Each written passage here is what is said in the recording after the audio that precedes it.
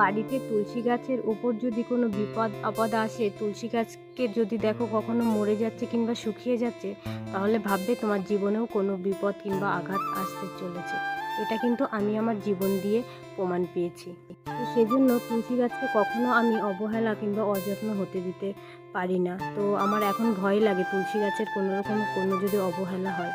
তো দেখো অনেক দিন ধরেই ভাবছি একটা তুলসী পিড়ি করব, কিন্তু সেটা যে গোবিন্দর চাওয়া হচ্ছে না, সেজন্য আমার চাওয়াতে কোনো কিছু করতেই পারছি না।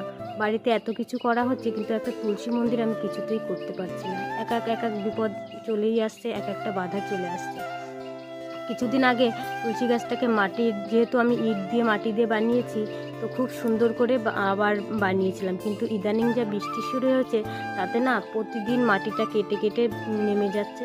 আর যদি কিছু দিয়ে ঢাকা দিয়ে রাখছি, তো কেঁচো কিংবা অন্যান্য পিঁপড়ে পোকামাকড়ে পুরো একদম নষ্ট করে দিচ্ছি। একটুখানি বৃষ্টি কমতেই আবার আমি আজকে তুলসী গাছের পরিচর্যা শুরু করে দিলাম। তো আজকে আর বেশি মাটি লাগাবো না, হালকা পাতলা মাটি লাগাবো, আর উপর দিয়ে তুলসী গাছটাকে লেপে আবার সুন্দরভাবে করে নিয়ে আসবো। তো এখন বেশি সুন্দর একটা করতে পারছি না, কারণ আবার তো বৃষ্টি হবে, বৃষ্টি হলে সেই মাটিগুলো কেটে ধুয়ে পড়ে যাবে।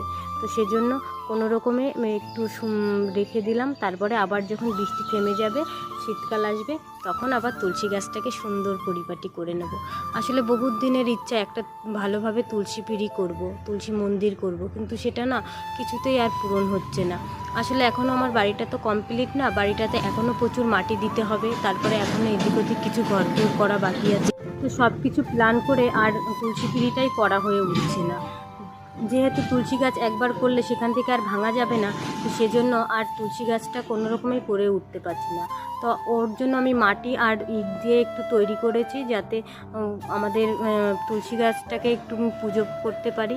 তো যাই হোক, এদিন আবার বাড়িতে টোটো ঢুকে তুলসী গাছের এই যে ইটগুলো একটু খুলে খুলে গেছে, তো সেই ইটগুলো আবার ভালো করে মাটি দিয়ে লেপে দিচ্ছি।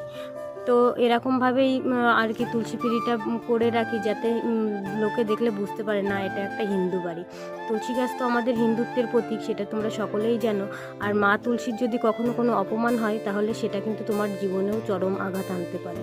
গত বছর যখন আমার স্বামীর অ্যাক্সিডেন্ট হবে, তার আগে আমি একটা তুলসী পিড়ি বানিয়েছি। হঠাৎ একটা ষাঁড় এসে আমার তুলসী গাছটাকে বারবার করে ভেঙে দিল। তখন আমি বুঝতে পারিনি। পরে যখন এক পণ্ডিতের ভিডিওতে আমি দেখলাম যে বাড়িতে কোনো বিপদ আসার আগে সত্যিই তুলসী গাছে বিপদ আসে, তো সেটা আমি আমার জীবন দিয়েই বুঝতে পেরেছি না। আর এটা আমি ওর জন্য খুব ভালোভাবেই মানি।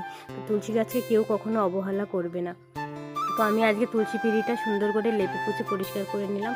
দেখতে কেমন হয়েছে বলো তো বন্ধুরা। ভিডিওটি ভালো লাগলে লাইক কমেন্ট শেয়ার করো, আর চ্যানেলটিকে